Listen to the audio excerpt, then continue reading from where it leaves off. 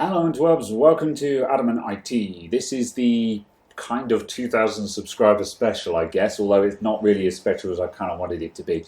I didn't really know what I wanted to do with this video. At first I was going to do like a day in the shop, then I was like, that's difficult because that's too difficult to make an entertaining video with. Then I was going to do a walkthrough of just a couple of repairs I did, and that video ended up being what I felt was too long as well. So now it's 5 o'clock on a Thursday afternoon. I'm like, whatever, let's just turn on the camera and record a thing. So here's a thing. So I'm going to give you guys a tour of the shop. So let's go for a wander around here. So we're on the overview camera at the moment, and I'll just get me some cable for this so I can actually eke it out. So firstly, here's a tour of the shop. That's it. That's the whole thing. So yeah, welcome to Adamant IT. I was going to tidy up a bit before I did this video, but then I was like, well, you know what? This is what the shop looks like on an average day. This is what a working computer shop looks like. There's laptops in pieces. There's old computers that are either being repaired or being thrown out. There's bric-a-brac everywhere. There's bits and bobs. There's screws everywhere. And yeah, this is what my desk looks like on an average day. So yeah, this is it. This is the whole thing. So yeah, I've got my shop floor, got my digital signs up there, which you can just see out the window there. This is Shaftesbury High Street, where we find our abode. Then if we look over to here, that's the main front desk where I talk to customers from. So that's my main laptop over there that I book in computers and that kind of thing. Then we've got the card machine and the phone and stuff over there, and other shelves of bits and pieces. Then this side of the counter is where I do most of the repairs. So this is what you guys are seeing most of the time. Then over there, that's the back room. That is basically a dumping ground where I just store stuff. It's on any given day, it's just full of junk basically, and I throw some junk out and then I put some new junk in there. Then through the left door there's the little kitchenette through there. It's just wide enough for a sink, and then there's the bathroom just behind it, and my coffee machine obviously. And I've got all my laptop chargers for doing repairs with, and yeah, then more bric-a-brac, yeah, just more stuff. Then under the counter here, we've got more laptops and stuff that's being fixed. Down here we've got the printer, and there's the soldering rework station and stuff. And down here we've got lots of laptops in pieces and a breaker pile and things like that. And then up here, this is my main workstation that I do all my recordings with.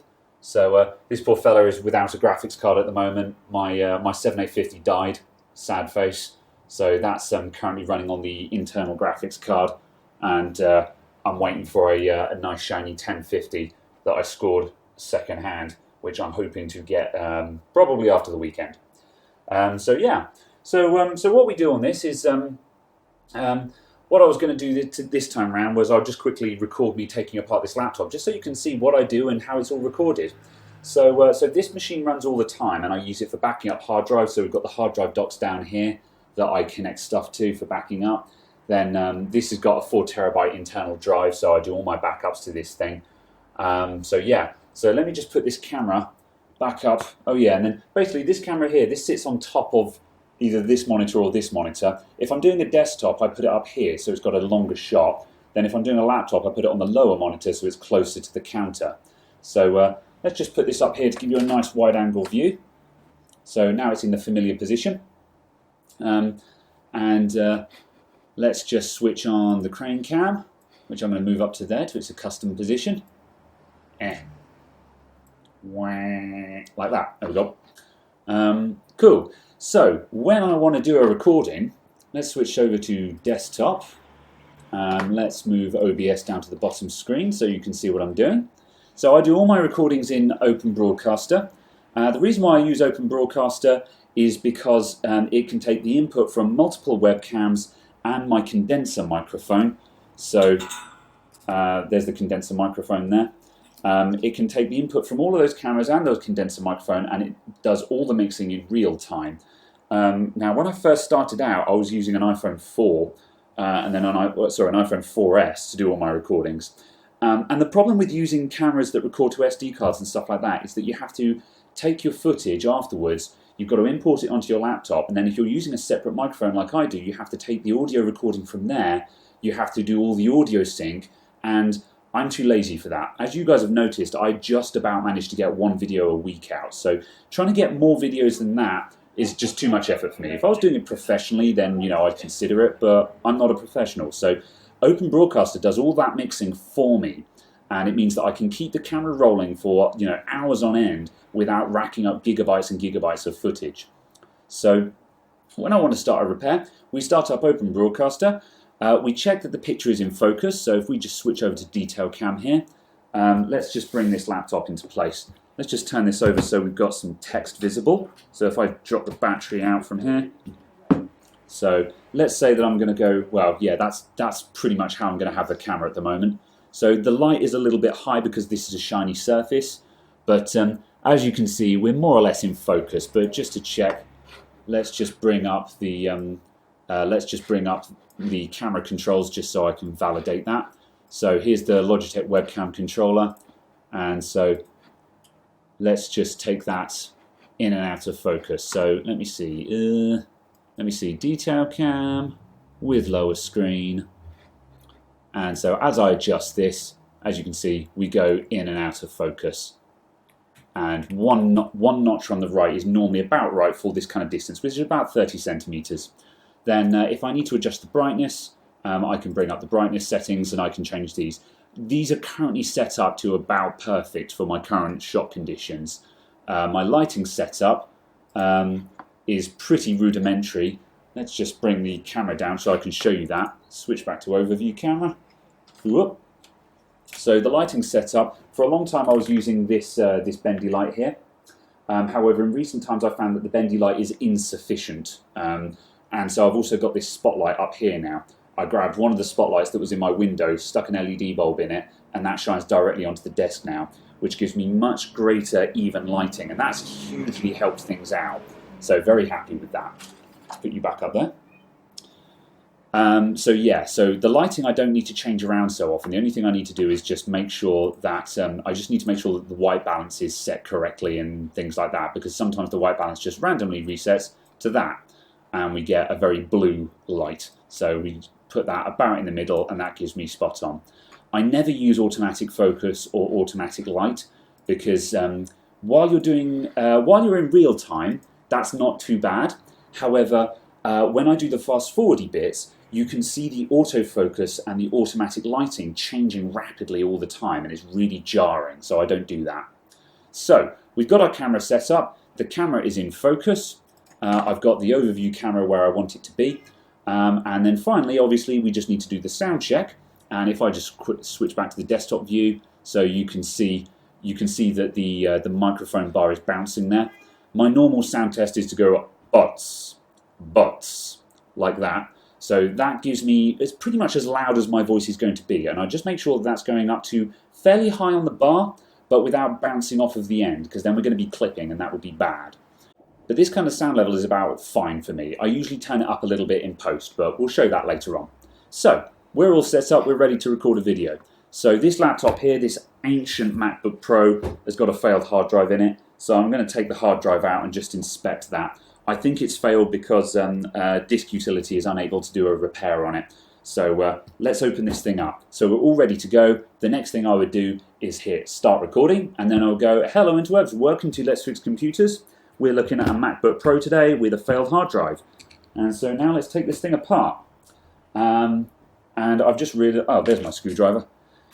So I'm going to carry on doing this video uncut, and I'm going to keep jabbering on through it, which is going to make this video longer, but I don't care because this is the kind of video that I wanted to do in the first place, just all the gory details of how I make these videos left in. And there's a customer. Hello there, how can I help? Okay, right, customer dealt with.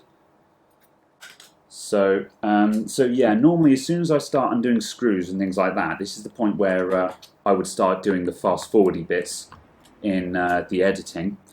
But I'm going to keep the commentary up for this. So we just got to take all these screws out now. Yeah. So the trick that I'm trying to get into the habit on is I can quite easily just do steady commentary throughout the entire video. But that makes the editing kind of awkward because, like, for example, at the moment when I'm just undoing screws and it's in the fast forwards, I like to try and keep the sound on so you can hear the clink of the tools and that kind of thing. It makes the I feel like it makes the viewer feel less disconnected from the video if they can hear it, if it's not muted. However, while I'm speaking, obviously you'll just get the rapid of me talking in the background. So normally as soon as I'm undoing screws and things like that, I shut up. But in this case, I'm going to keep talking. So this video doesn't get too dry, I hope. I haven't taken apart one of these for a very long time. This is the MacBook Pro Aluminium, as it's known as, that predates the unibodies. And obviously these things used to be common as muck, and now I see one, I'm just like, oh, it's ancient. Absolutely ancient. One there, and one there. I tell you, I don't miss them. The unibody design was fantastic. Is fantastic. So much easier to disassemble than these things are.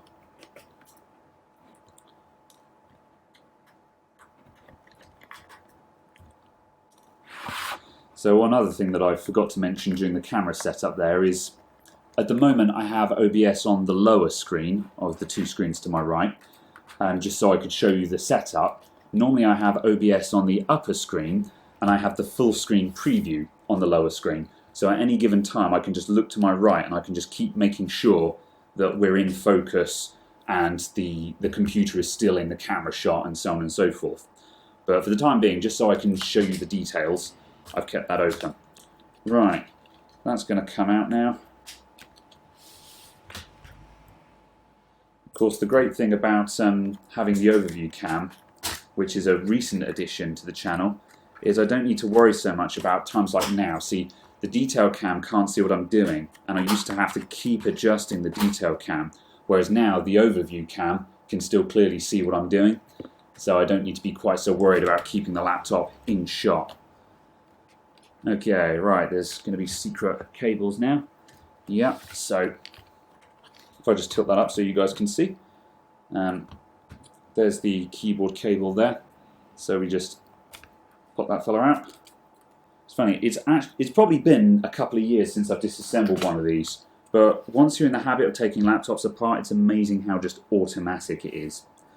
Right, so this is a 500 gig hard drive. This is going to be aftermarket because this laptop was never sold with a 500 gig hard drive. I think the biggest drives in these were maybe 200, 250 gigabytes. The other giveaway is that it's not an Apple brand hard drive. Apple don't make hard drives, but they commission them. So you'll often see, there we go, here's an example I've got to the right of me here. It's Toshiba hard drive, but it's got the Apple logo on it, which shows that it's from an Apple computer. It's exactly the same as any other normal hard drive, doesn't make any difference. Cool, so let's pop that fella out. Just peel this back. Those don't need to come out actually, we just need to undo those.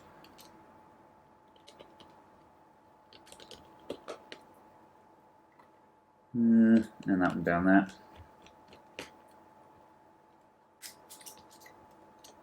Now we can lift this locking bar out.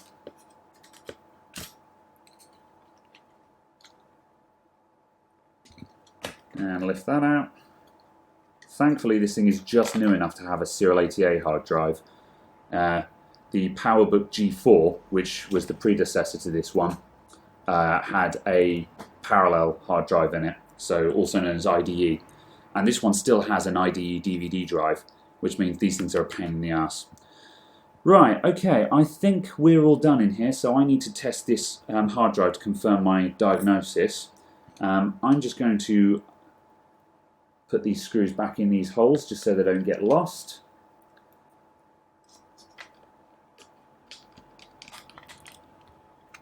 There we go. Right, so now we'll put this to one side and we'll test this hard drive. So I may as well carry on showing you that. So I need to remove, let me see, I need to remove that one in order to fit this into the dock. It's going to be a T6, I would imagine. The T6 screwdriver and my 00 Phillips. Actually, I think this is a single O Phillips. Yeah, this is a single 0 Phillips. I keep these ones in front of me all the time. The rest of the tools Those will stay. Oh yeah, the cameras aren't set to upside down, but yeah, they're all on the wall there, so you get the idea.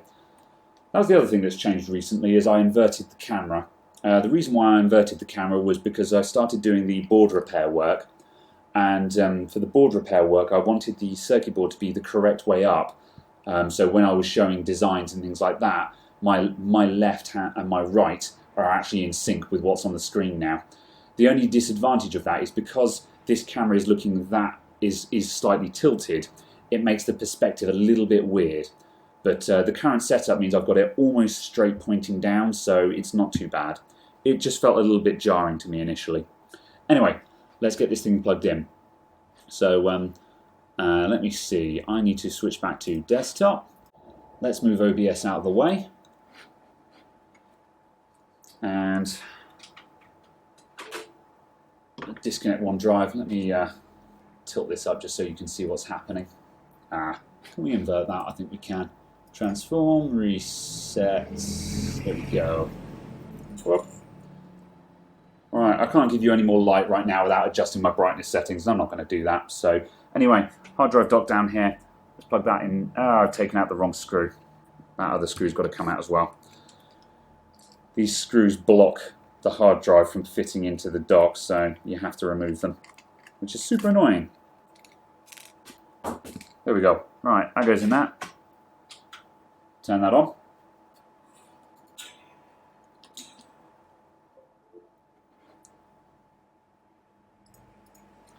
Right. So now, I'll show you my face again. Like that. Right, so now I need C-Tools.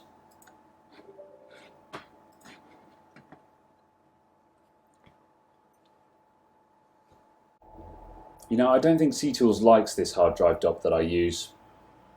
It seems to get a bit crabby with me. I have to admit, the dual drive dock that I have at the moment, the white one, it's much quicker than my old one, and it takes 2 drives, which is great, but it just isn't quite as reliable as this older one that I have. This is the one that I've used for years. It's also a StarTech, this single drive one. I've had this thing for years now, and it's not as quick. It tops out at about sort of 150 megs or so, which is fine for hard drives, but it's bad for SSDs. But it's never missed a beat. It's incredibly tolerant of failing drives, and yeah, I've always had a good time with this one.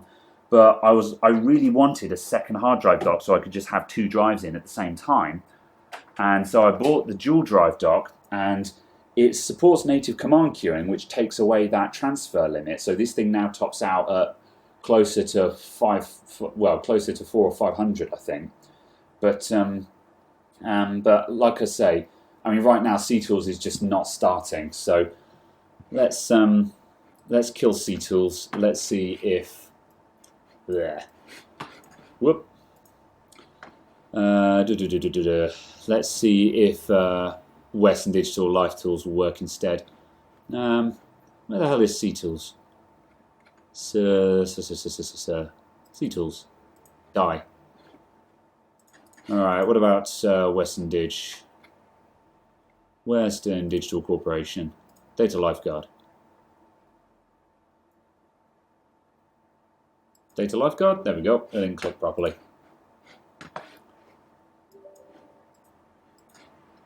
Whoop. I accept.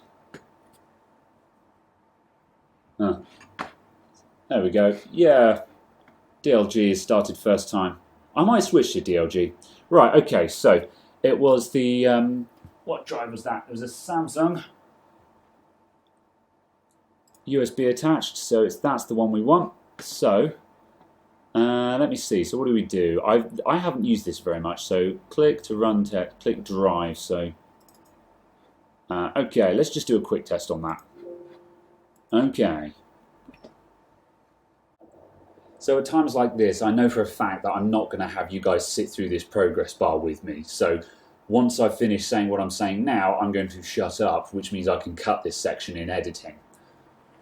Same goes for one or two other points in this video. You won't have seen me standing around, but I will jump cut certain sections because while sure I'm doing running commentary here, but it's one thing to do running commentary, but it's another thing to literally just wait for a progress bar to go across the screen. No one wants to watch that, so I'm going to shut up now. And in fact, it looks like this test is actually going to take a little bit, so I'm going to go and walk off screen. See you guys in a minute. Alright, that has done, apparently. So, now I've got to wait for an extended test. Oh well. So, we'll kick that off. So this extended test, this is probably going to take a couple of hours. So yeah, we won't hang around for that. So what's going to happen now is I'm expecting it to fail this test. So once it does, I'll need to copy the data off, and then I guess yeah, I'll offer to fix the laptop for the customer. This one's kind of old, but I guess fixing it is still cheaper than getting another one. So I generally leave the decision up to the customer. I'll say, you know, look, it's an old laptop, this is how much it's going to cost to fix, do you want me to fix it or not, you know. So yeah, so I think we're pretty much done for this session for now, because I have to wait for the results of this test before I can put either that drive or a new one back into the laptop. So let's go ahead. So the next thing I will do now is I will hit stop recording on OBS, and then we'll transfer the data across to my laptop. So let me grab my laptop.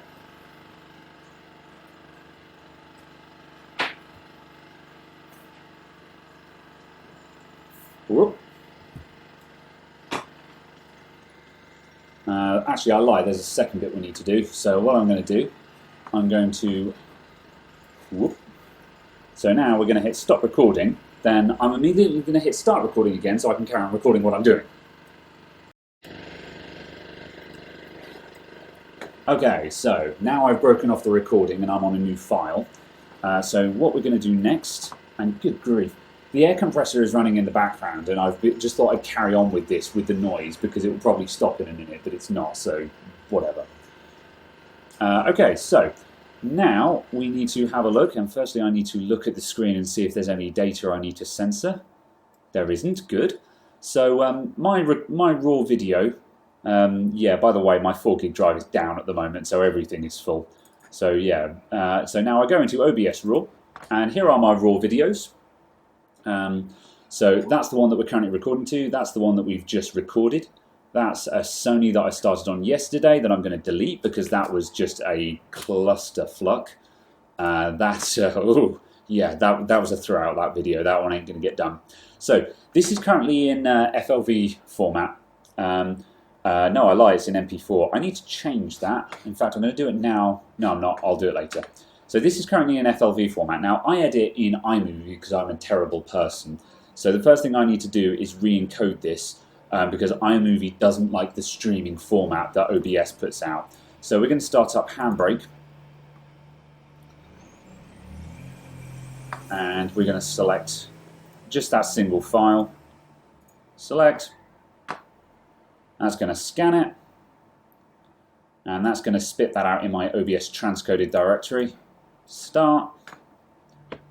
And now I'm going to wait for that to encode, and then I'm going to transfer it to my laptop. So I will see you guys in a minute when I've done that. Oh yeah, it doesn't like encoding while I'm recording at the same time, so I'll definitely see you guys in a minute.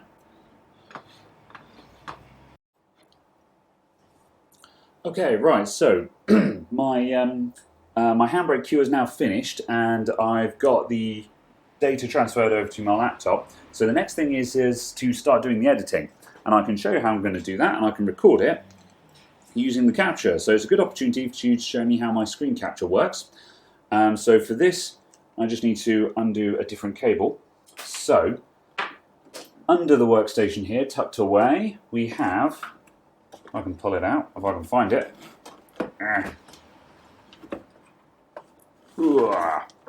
Here we have an Elgato Game Capture HD, which is a HDMI capture device. I can't call it a card because it's an external box, but whatever.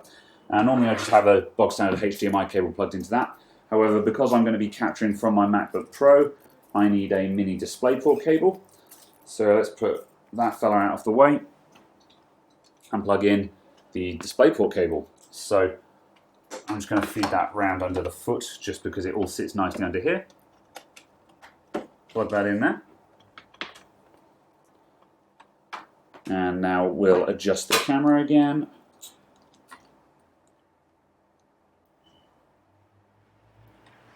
Looks about right. Whoops, the bubble level is completely wrong there. There we go.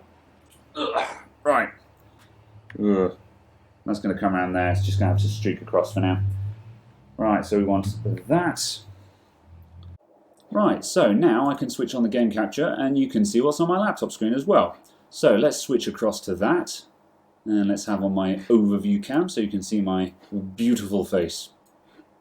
Right, so the only disadvantage of the game capture is it's got a lot of input lag, like 2 or 3 seconds at a time.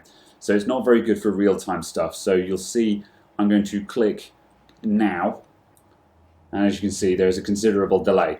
So get used to that lag. Anyway, so let's copy that across to my desktop, and then let's start up iMovie as well.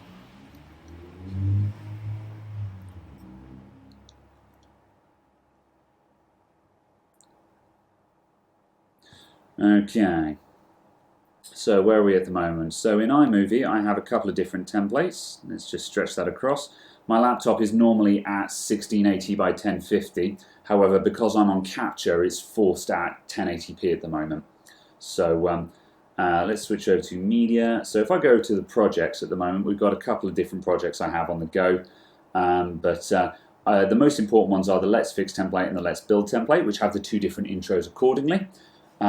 So for the time being, oh yeah, that's the rejected special. We're probably going to be ditching that, but whatever. So the Let's Fix template, let's go into that one. And yeah, we'll put this one in as is.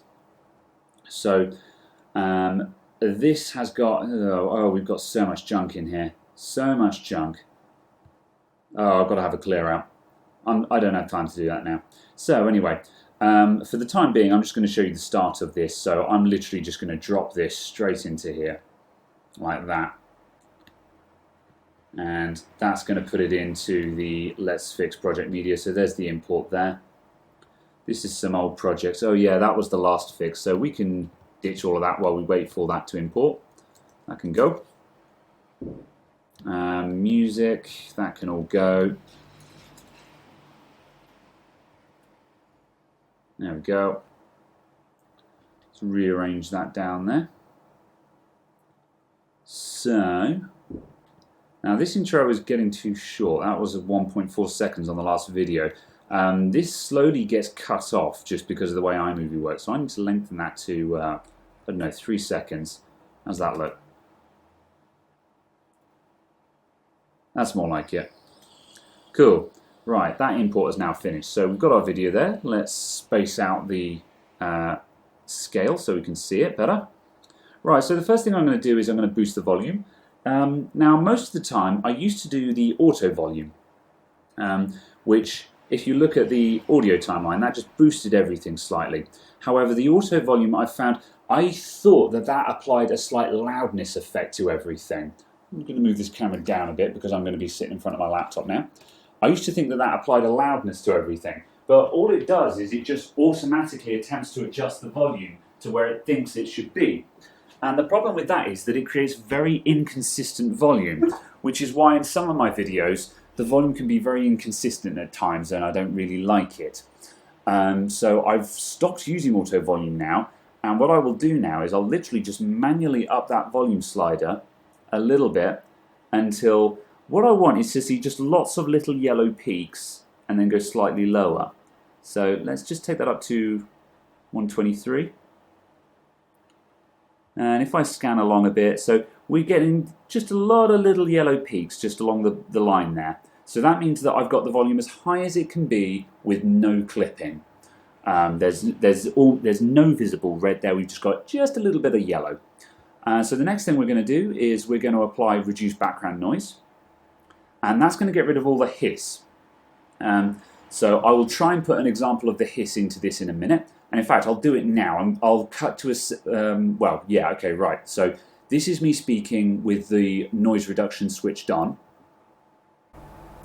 This is me speaking with the noise reduction off. So this is the normal sound and audio that you hear from inside the shop.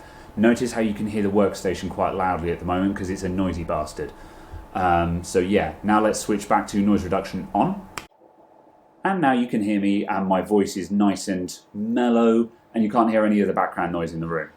So yeah, that's the noise reduction. So we've done that, and again we've still got our yellow peaks. So the next thing I need to do is firstly we'll just check that the intro is okay. So am I getting input from my laptop? I shouldn't be. Game cap HD, that needs to be muted, otherwise you're going to get horrible feedback. So let's just make sure my volume is up. Hello and welcome to IT. This is the kind of 2,000 subscriber special. There we go. Okay, so that volume sounds okay. So now what I'll do next is I will basically sit down and I'll watch through all of this footage and I'll cut out any bits that don't need to be there, any bits where, I mean obviously because of the nature of this video I don't need to do much cutting from this. But there are certain sections, like where was that section with the waiting? Yeah, the progress bars. So what I can do now is, you can see from the audio waveform along the bottom here, there are large sections of dead space. That dead space tells me where the sections where I'm not talking are. So what I can do now is I can mark out those sections. So let me see, what did I say there?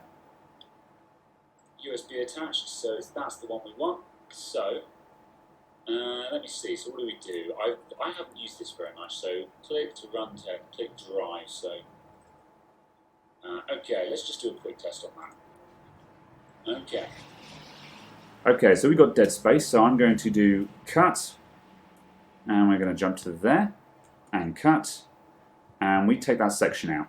Now that's only 9 seconds in this instance, however there's another section here. No one wants to watch that, so I'm going to shut up now. And I shut up, and we cut, and what's that? And in fact, it looks like this test is actually going to take a little bit, so I'm going to walk off screen. Yeah, so we're going to cut to that. Cut, that's another 22 seconds. That's 30 seconds we've just cut. And then we're going to cut all of the next bit. So cut that right up to about there by the looks of things. Alright, that has done, apparently. Okay. So, right, so we can cut that. And that takes, and there we go. So you see how I do my editing now. I'm just cutting out the bits that don't need to be there. And that way I can condense like half an hour's worth of recording down to like 10 to 15 minutes. The target is 10 to 15 minutes. I will go a little bit under or a little bit over as required. So that covers that. So that's how I do my editing. Now in the original special that I was going to do, I did go through the entire thing. But as I say, we ended up with a very boring video, so it got thrown out. So yeah, but that is the editing in a nutshell. Once that has been finished, we then go to the top and we export it to a file. And then that file gets uploaded to YouTube.